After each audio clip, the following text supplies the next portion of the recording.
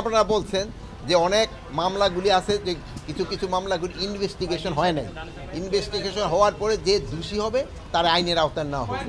আপনারাই কিন্তু সবসময় বলছেন নির্দোষীরা যেন কোনো অবস্থায় সাজা না পায়, এই জন্য আমাদের ইনভেস্টিগেশনটা করতে দেন। যদি ইনভেস্টিগেশন করার পর যেই দোষী হোক না কেন কাউরই আইনের বাইরে থাকা হবে না, তারা আমরা অবশ্যই আইনের আওতায় নিয়ে আসবো।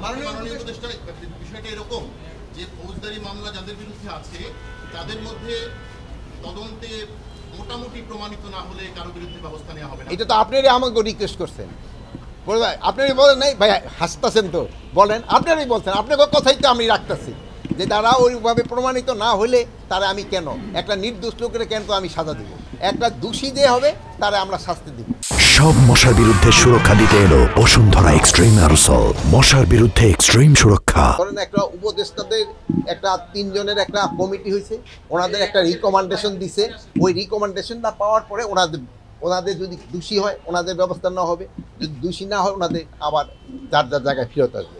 এবার ঈদের পরে আপনাদের সাথে আমার প্রথম দেখা, একটা জিনিস আপনারা আমার সাথে মনে হয় রিয়েলাইজ করছেন যে দেশের আইন শৃঙ্খলা পরিস্থিতি রক্ষা করা কী রকম কষ্ট। আপনারা এই যে অল্প কয়েকজন ভাই আছেন একই গোত্রের কিন্তু সবাই, আপনাদের ধরনের নিয়ন্ত্রণ করতে কীরকম ঝামেলা হয়ে যাচ্ছে, এরকম পুরা দেশের 18 কোটি মানুষকে নিয়ন্ত্রণ করা যে আইন শৃঙ্খলা যে কত ধরনের কষ্ট, এটা আপনাকে দিয়ে আপনারা কিন্তু প্রমাণ করেন। এই জন্য আপনারা অনুরোধ করব, মানে আপনারা যে কষ্ট করে আসছেন এবং এই জন্য আমি আপনাদের অনেক ধন্যবাদ দেই। আপনারা সবসময় খুব ভালো সংবাদ পরিবেশন করেন, এই জন্য আমি আপনাদের ধন্যবাদ দেই। আমি আপনাদের এবং আপনাদের পরিবারের সবাইরে আমার ঈদের শুভেচ্ছা, সবাইরে ঈদের শুভেচ্ছা। আপনারা ঈদের পরের দিন এত কষ্ট করে আসছেন, এই জন্য আমি আপনাদের অনেক অনেক ধন্যবাদ জানাই।